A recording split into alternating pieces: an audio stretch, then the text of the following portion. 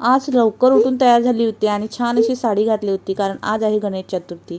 आणि माझा पिल्लूही उठला होता, त्यालाही आवरायचं होतं, त्याचं सगळं अंघोळ वगैरे बाकी होती ती करून घेतली. आणि गणेश चतुर्थी म्हटल्यावरती आपल्या बाप्पाचा आवडता मोदक तर आलाच, तर त्यासाठी मी इथे तयारी करत होती. पहिलं खोबरं किसून घेतलं, त्याच्यानंतर गूळ बारीक केला आणि इथे सारणासाठी तयारी केली.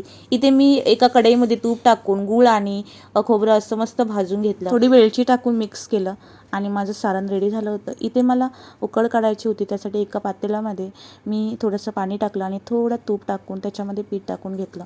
पिठाला चांगलं असं शिजवून घेतलं आणि माझी उकळ रेडी होती. बाहेर काढून झाल्यानंतर छान असं हाताने मळून घेतलं. मळताना थोडंसं तूप लावून घेतलं आणि छान असं माझं पीठ मळून झाल्यानंतर मी माझ्याकडे जे भांडं होतं त्याला तूप लावून घेतलं आणि मी मोदक बनवून घेतले. हाताने तर मला मोदक बनवता येत नाही, पण मी भांड्याने छान असे मोदक बनवले होते. आणि मग इकडे भाजी पण बनवली होती, मुगाची भाजी बनवली होती. मोदकाचं पीठ उरलं होतं, त्यापासून एक भाकरी बनवली. इथे आलू वड्या आणि एक मिरची आणि पापड भाजला होता. इकडे डाळ आणि भाजी पण रेडी होती. तसा माझा स्वयंपाक पण रेडी झाला होता आणि नैवेद्यही रेडी होता. आज आम्ही केळीची पानं आणली होती आणि खूप दिवसांनी आम्ही केळीच्या पानावर जेवणार होतो.